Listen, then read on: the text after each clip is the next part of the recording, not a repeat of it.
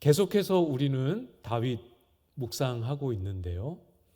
아직도 다윗은 광야의 시간이 끝나지 않았고 참 힘겨운 세월을 계속해서 보내고 있습니다. 멈출 줄 모르고 사울 왕은 점점 더 집요하게 다윗의 생명을 쫓고 있지요. 이 사울 왕의 추격만으로도 참 두렵고 힘들지만 때때로 보면 다윗을 또 힘들게 하는 요소들은 참 많이 있어요. 사울뿐만 아니라 그렇게 다윗이 여기로 숨으면 여기 있다, 저기로 숨으면 저기 있다, 이렇게 다윗의 위치를 밀고 해서 어려움에 처하게 하는 백성들, 정말 배신감도 또 속상함도 많이 느꼈을 것 같아요. 오늘 본문에도 그렇습니다. 1절에 보시면 또 어떤 사람이 사울에게 다윗의 위치를 알려주게 됩니다. 참 안타까워요. 다윗이 얼마나 억울한 형편에 있는지, 그렇죠? 다윗이 또 얼마나 위험한지, 다윗의 생명, 다윗의 처지, 여기에는 도무지 관심이 없고 어떻게 해서든 왕에게 잘 보이고 싶어하는 그 백성들의 모습이 어떤 면에서 보면 얄밉기도 합니다. 또 한편으로 보면 그렇게 악한 세상 속에서 다 이스라엘 백성이고 다 하나님을 믿는 하나님의 사람들이라고 선택된 백성이라고 하지만 그 속에서도 이렇게 악과 타협하고 악을 도모하고 약자를 돌보지 않은 이런 악한 세상 속에서 아무런 저항도 못하고 맞서지도 못하고 그냥 당하고 버티고만 있는 다윗도 정말 안타깝고 안쓰럽습니다. 우리는 잘 알죠. 정말 안쓰러운 사람은 다윗이 아니라 하나님 두려운 줄 모르고 악의 길을 멈추지 않는 이 사람들이 진짜 안쓰럽고 안타까운 사람들이죠. 다윗의 소식을 들은 사울은 또 다윗을 추격합니다. 3,000명이나 되는 정예 부대를 선발해 놓고 그 3,000명을 이끌고 다윗이 숨은 엔게디 광야를 향하여 집결하여 갑니다. 그리고 그곳에서 오늘 설교 제목처럼 사울과 다윗은 아주 인상적인 대면을 하게 되지요. 오늘 3절 말씀해 보시면 길가 양의 우리에 이른즉 굴이 있는지라 사울이 뒤를 보러 들어가니라 다윗과 그의 사람들이 그 굴 깊은 곳에 있더니.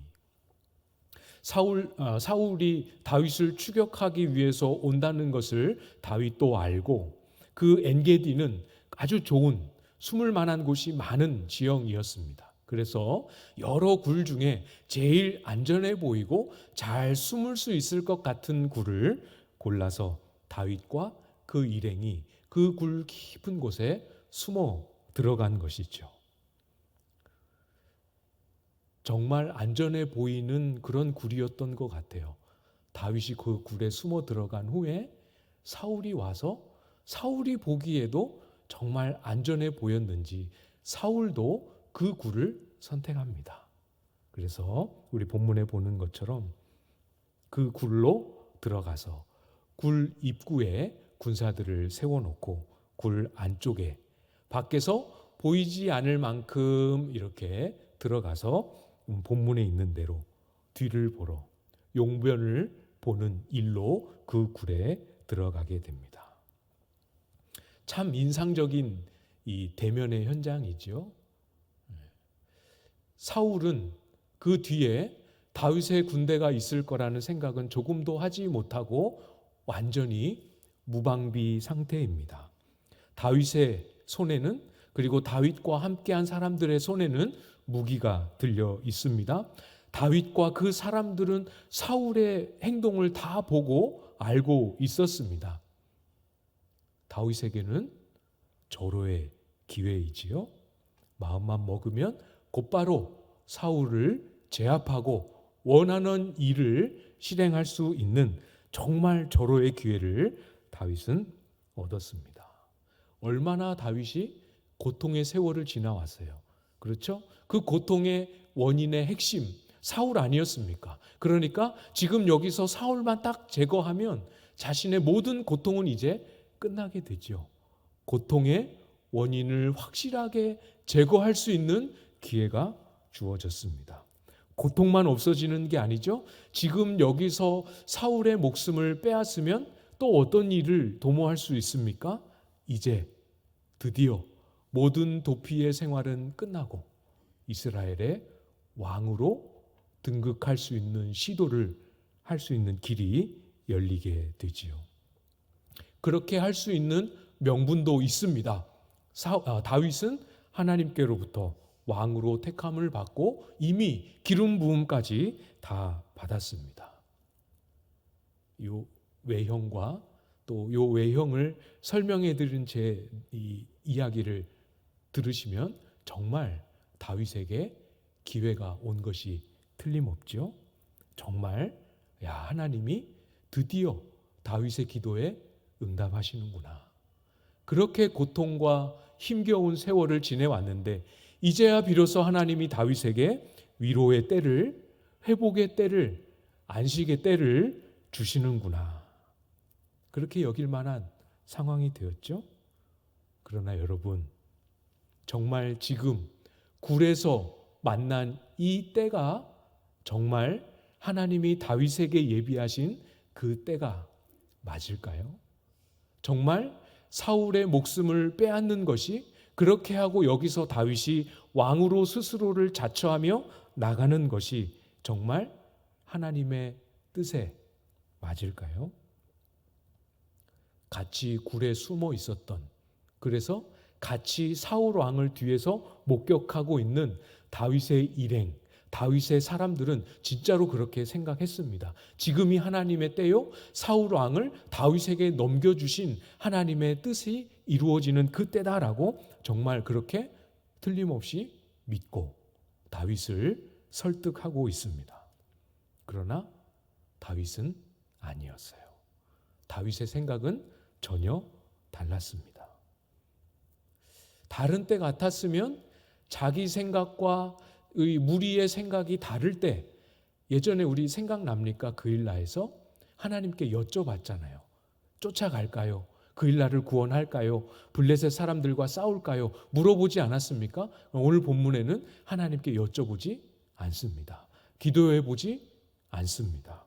기도하지 않아도, 하나님께 여쭤보지 않아도 너무 명확한 하나님의 뜻을 다윗은 알고 있었던 거죠. 지금은 하나님의 때가 아니다. 지금은 하나님이 사울을 내 손에 붙이신 것, 그건 하나님의 뜻이 아니다. 기도해 볼 필요도 없을 만큼 다윗에게는 명확했습니다. 길이 열렸지만 그것이 하나님이 여신 길이 아닌 것을 명확하게 분별하고 있지요. 우리에게 갈 수 있는 길이 보일 때, 우리에게 바라고 소망했던 그 문이 우리의 눈앞에 활짝 열리게 될 때, 많은 경우에 오랫동안 기도했던 하나님의 응답으로 길이 열리는, 하나님의 뜻이 이루어지는 때도 있지만 항상 그렇지 않음을 우리는 잘 유의하고, 또 정말 이것이 하나님의 뜻에 합당한 것인지 잘 분별해야 합니다. 응답이 되는 것 같을 때, 정말 하나님의 일하심이 맞을 때도 있지요. 그 과정을 통해서 하나님이 열어주시고 우리에게 은혜를 주실 때도 많이 있습니다. 그러나 분별할 줄 알아야 합니다. 내가 원했던 길이라 하더라도, 그렇죠? 내가 가고 싶었던 길이라 할지라도, 기도해왔던 길이라 할지라도 활짝 열리게 되었을 때 한 번 더 하나님의 뜻이 무엇인지를 확인하고 분별할 줄 알아야 합니다. 갈 수 있다고 다 그것이 하나님의 길은 아닌 것이죠. 원칙을 잘 명확하게 세워놓아야 합니다. 원칙. 고린도전서 10장에 이 원칙을 우리에게 아주 잘 정리해서 말씀해 주고 있는데요. 고린도전서 10장 23절, 24절 말씀을 제가 읽어 드리겠습니다. 모든 것이 가하나 모든 것이 유익한 것은 아니요 모든 것이 가하나 모든 것이 덕을 세우는 것은 아니니 누구든지 자기의 유익을 구하지 말고 남의 유익을 구하라. 자기의 유익을 구하지 말고 남의 유익을 구하는 이것이 기준이 되어야 합니다. 물론 내 유익을 구하는 삶 자체를 아무것도 살지 말아라, 나의 유익을 위해서 하는 행동은 다 죄다, 그런 의미로 하시는 말씀이 아니지요.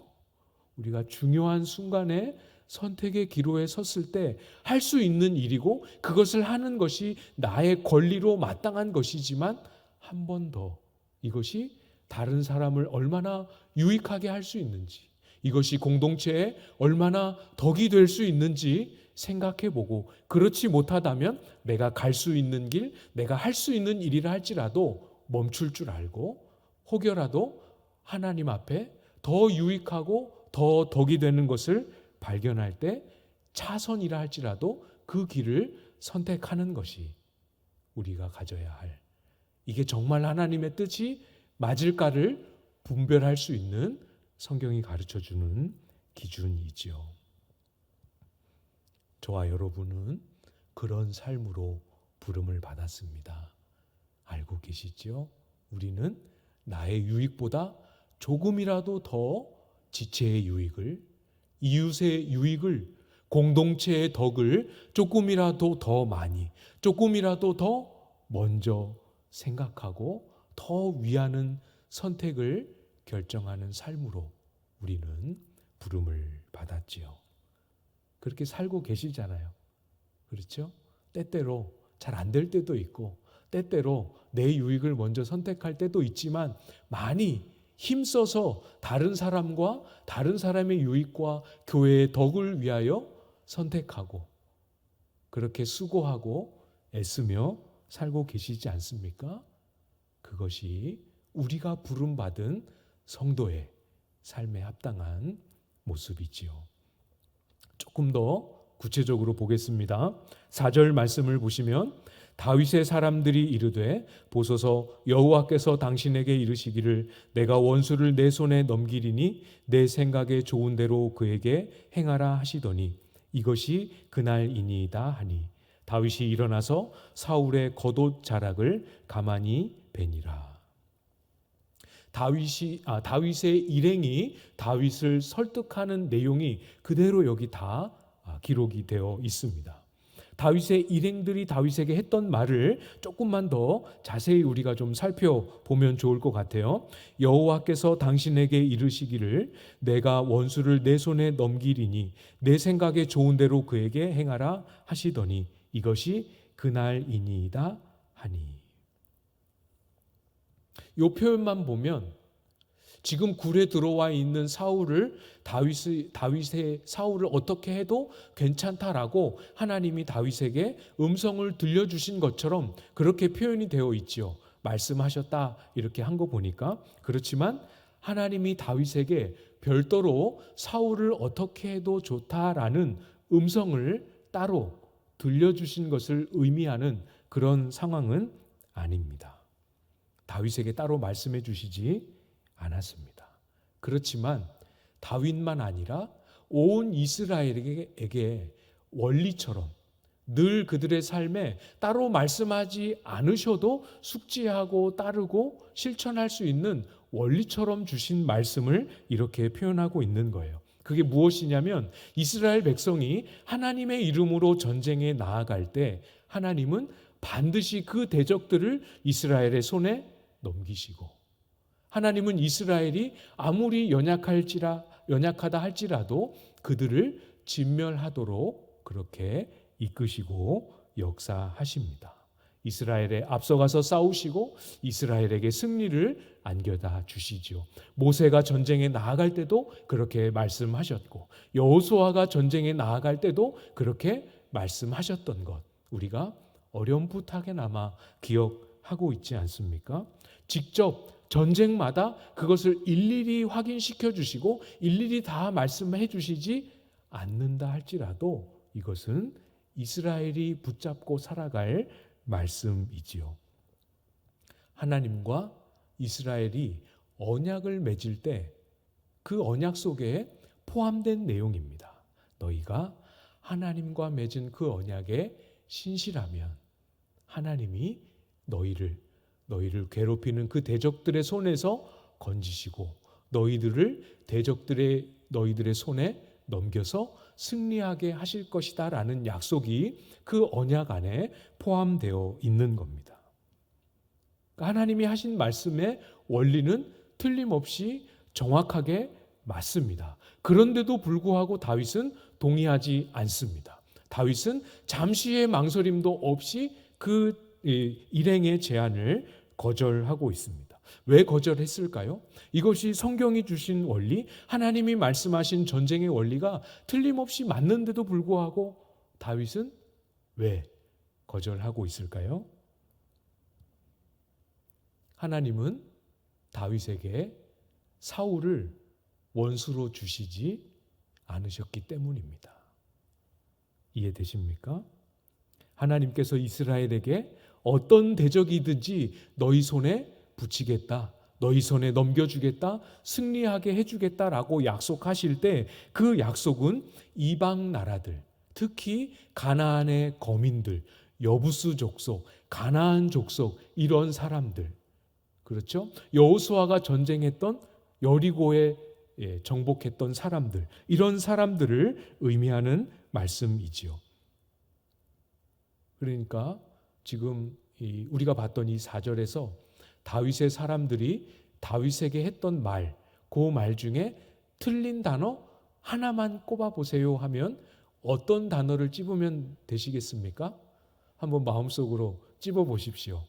4절에서 다윗의 사람들이 다윗에게 했던 말 중에 잘못된 단어 하나만 고르십시오. 언젠가 우리가 성경 퀴즈 대회를 하게 된다면 꼭 나올 만한 좋은 문제 같아요. 뭐가 잘못된 단어 같습니까? 원수이죠. 원수. 하나님은 단 한 번도 사울을 다윗에게 원수로 주시지 않았습니다. 원수라고 말씀하시지도 않았습니다. 반대의 사례를 좀 생각해 볼까요? 다윗이 표현은 조금 다르지만 똑같은 전쟁의 원리를 붙잡고 고백하고 선포하면서 승리했던 경험이 있습니다. 떠오르세요? 다윗이 똑같은 원리를 붙잡고 선포하면서 승리했던 경험 언제입니까? 골리앗과 싸울 때죠. 사무엘상 17장 36절 말씀에 보면 주의 종이 사자와 곰도 쳤은즉 살아계시는 하나님의 군대를 모욕한 이 할례받지 않은 블레셋 사람이리이까 그가 그 짐승의 하나와 같이 되리이다. 이때도 똑같습니다. 하나님 앞에 여쭤보지 않고 골리앗과 싸울까요? 골리앗을 이기게 해주시겠습니까? 물어보지도 않고 다윗은 아주 강하게 확신하고 또 확신합니다. 하나님이 골리앗을 자기 손에 넘겨주실 것이라고 강하게 확신하고 있습니다. 똑같이 이 약속을 붙잡는 믿음이지요. 이것이 합당하고 이것이 승리의 결과를 가져다 줄 수 있었던 것은 골리앗은 하나님이 다윗에게 맡기신 원수가 맞기 때문에 그렇습니다. 그렇죠. 골리앗은 하나님의 군대를 모욕한 원수입니다. 골리앗이 속한 블레셋 나라도 하나님 앞에서 하나님을 대적하고 거역하는 이스라엘의 원수 맞습니다. 여호수아 시대로 말하자면 여호수아가 정복해야 할 그 나라, 그 거민의 백성들도 원수 맞습니다. 그러나 다윗에게 사울은 단 한 번도, 단 한순간도 원수인 적이 없습니다. 하나님은 다윗에게 사울 왕을 원수로 주신 적도, 싸워야 할 대상으로 주신 적도, 적으로 다윗의 손에 붙이신 적도 없었습니다. 그걸 다윗은 잘 알고 있었던 것이죠. 물론 다윗 마음에 하나님이 원수로 주시진 않았지만 정말 원수라고 부르고 싶을 만큼 정말 속상하고 밉고 정말 화나고 억울할 때가 얼마나 많았겠습니까? 정말 원수 같아 보이는 그런 사람인 건 틀림없지만 정말 원수 같지만 그러나 사울은 아직 사울은 하나님 손에 있는 하나님이 왕으로 택하신 것을 후회하시고 버리셨다 말씀하셨지만 아직 하나님은 사울을 폐위하지 않으셨죠. 아직 이스라엘의 왕으로 아직 하나님이 남겨두신 하나님의 주권 아래에 있는 왕이었습니다. 아직 사울은 여전히 하나님의 기름 부음을 받은 왕이었지요. 이것을 다윗은 정확하게 알고 심정적으로는 어땠을지 몰라도 정확하게 입술로 정확하게 그 행동으로는 사울은 여호와의 기름 부음 받은 자, 여호와의 기름 부음을 받은 왕이심을 고백하고 선포하고 그에 합당하도록 행동하는 모습을 보여주고 있습니다. 다윗의 입을 통해서도 이 사실이 고백되지만 오늘 본문도 다윗의 고백을 그대로 인용하면서 반복해서 강조하고 있지요. 6절에서 두 번이나 말씀합니다. 자기 사람들에게 이르되 내가 손을 들어 여호와의 기름 부음을 받은 내 주를 치는 것은 여호와께서 금하시는 것이니 그는 여호와의 기름 부음을 받은 자가 됨이니라 하고. 여러분, 다윗의 자리에 한번 서봅시다. 다윗은 두 가지를 동시에 붙잡아야 하는 참 어려운 믿음의 이 현장에 서 있었습니다. 두 가지, 어떤 두 가지겠습니까? 현실에서 아무런 증거를 찾을 수 없지만 여전히 다윗은 스스로 하나님이 기름 부어 세우신 왕 될 사람이라는 이 믿음을 포기하지 않고 지켜야 하는, 이 믿음을 붙잡고 신뢰해야 하는 자리에 서 있었습니다. 동시에 어떤 믿음을 붙잡아야 합니까? 지금 현재의 왕도 정말 힘들지만 지금 현재의 왕도 하나님이 기름 부어 세우신 왕이라는 사실을 동시에 똑같이 붙잡고 인정하고 받아들여야 하는 자리이죠. 얼마나 나를 세우신 하나님만 얼마나 인정하고 싶었겠습니까? 사울을 기름 부어 세우신 하나님은 얼마나 모른 척하고 아니었으면 하는 마음이 일어날 만한 상황에 있었겠습니까? 나를 택하신 하나님, 나를 사랑하신 하나님, 나에게 은혜 주시는 하나님만 인정하고 싶지 않겠습니까? 그런 거 경험해 보신 적 있으시지 않으세요? 나에게 은혜를 주시는 하나님만 인정하고 싶고 저 아무개 그 사람을 사랑하시고 그 사람에게 은혜 주시는 하나님은 너무너무 인정하기 힘든 그런 거 경험해 본 적 있지 않으십니까? 요 며칠 한 2, 3주 동안은 광안리 해변을 못 갔어요. 그러나 자주 산책으로 해변을 이렇게 갔다 오곤 했는데 해변을 열심히 산책하고 오면 그 횡단보도 앞에 오면 발바닥이 굉장히 불편하잖아요.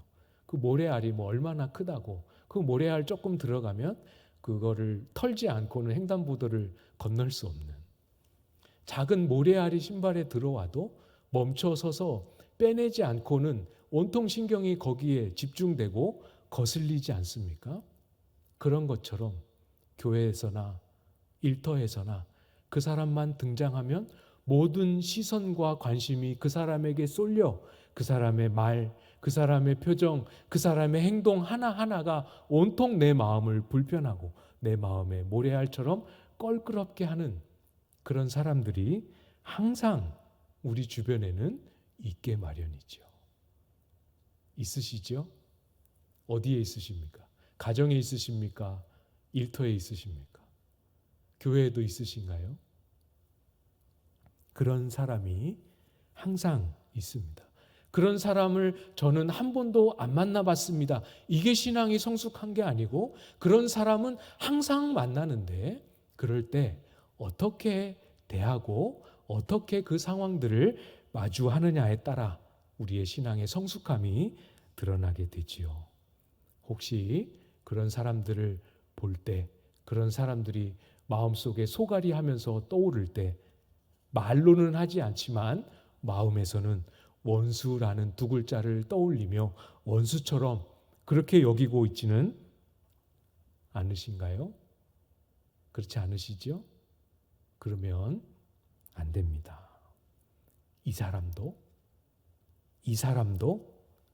하나님이 아들의 생명을 내어주셔서 구원하신, 똑같이 나만큼 어쩌면 나보다 더 사랑하시는 하나님의 사람임을 인정하라라고 우리에게 말씀하시죠. 좋아하지 못해도 괜찮습니다. 그 사람을 대하는 마음이 하루아침에 확 바뀌지 않아도 괜찮습니다. 본문은 무엇을 말씀하신다고요? 그 사람도 똑같이 하나님의 사랑을 입은 하나님의 사람임을 인정하라라고 말씀하십니다. 그런 차원에서 예수님도 원수를 사랑하라 이렇게 말씀하셨지요. 과장법이 아닙니다. 불가능한 것을 말씀하신 것이 아닙니다. 마태복음 5장 44절 말씀에 나는 너희에게 이르노니 너희 원수를 사랑하며 너희를 박해하는 자를 위하여 기도하라 이렇게 말씀하셨습니다. 누구든지 나를 불편하게 하고 나를 힘들게 하고 나를 미워하는 그 사람을 원수라고 여기기 시작하면 점점 더 어려워질 수밖에 없습니다. 여러분, 그렇게 자신을 괴롭혔던 사울을 다윗이 뭐라고 부르고 뭐라고 고백했는지 기억하시기 바랍니다. 사울 왕이 좋아서 그렇게 고백했겠습니까? 사울을 좋아하는 마음이 막 일어나고 사울을 사랑하는 마음, 그런 감정이 막 일어나서 그렇게 고백한 것이 아닙니다. 사울이 좋아할 만한, 좋게 여겨질 만한 이유가 있어서도 아닙니다. 하나님 때문이죠. 하나님이 그를 택하시고 부르시고 세우셨기 때문입니다. 아직 하나님이 그를 패하지 않으시고 왕으로 남겨두셨기 때문입니다. 하나님의 기름 부음을 받은 자이기 때문에 자기 손을 대지 않고 자기 사람들도 손을 대지 못하도록 금하기로 작정한 것이죠. 예수님도 원수를 사랑하라 말씀하신 후에 이때여서 그 다음 절에 똑같은 원리로 말씀하셨습니다. 마태복음 바로 다음 절인 5장 45절에 보면 이는 하나님이 그 해를 악인과 선인에게 비추시며 비를 의로운 자와 불의한 자에게 내려주심이라. 해를 악인과 선인에게, 비를 의로운 자와 불의한 자에게 똑같이 주신다 말씀하십니다. 이게 원수를 사랑하는 것과 무슨 관련이 있습니까? 그 사람이 정말 악인이고 그 사람이 정말 불의한 자면 반드시 하나님이 벌하시고 심판하실 때는 옵니다. 그날은 틀림없이 옵니다. 그러나 오늘은, 지금 오늘 이 순간은 하나님이 그 사람에게도 아직은 심판을 행하지 않으시고 해를 선인에게 비추듯 똑같이 비추시고, 아직은 그 사람에게 벌을 주지 않으시고 의로운 자에게와 똑같이 비를 내리시는 하나님이 아직 그 사람에게 관용과 긍휼과 회개의 때를 허락하셨다면 우리도 그 하나님을 인정하고 그 하나님을 따라서 관용과 긍휼과 기다림을 우리도 행해야 하는 것이죠. 다윗에게 사울처럼 나에게 내 마음을 힘들게 하는 사람, 나로 하여금 기도할 때 눈물을 흘리게 하는 사람, 나로 하여금 참 하나님 앞에 믿음을 잃어버리게 하고 예배를 방해하고 경건 생활을 다 엉망진창으로 만들 것 같은 정말 나의 속을 뒤집는 그 사람 누구입니까? 떠올리십시오. 그 사람을 향한 나의 마음을 하나님께서 어떻게 빚어가시기를 원하시는지 다시 한번 우리의 마음을 잘 정돈할 수 있기를 바랍니다. 그 사람을 좋아하지는 못할지라도, 하루아침에 그 사람에게 호감을 품지는 못할지라도 하나님이 그 사람도 긍휼을 베풀고 계시고 예수님께서 그 사람을 위해서도 십자가에 죽으셨고 하나님이 그 사람을 위해서도 구원과 회복의 은혜를 베풀고 계심을 온 마음을 다해 하나님을 바라보고 그 하나님을 인정하기를 기대하시고 바라고 계시지요. 하나님을 바라보십시오.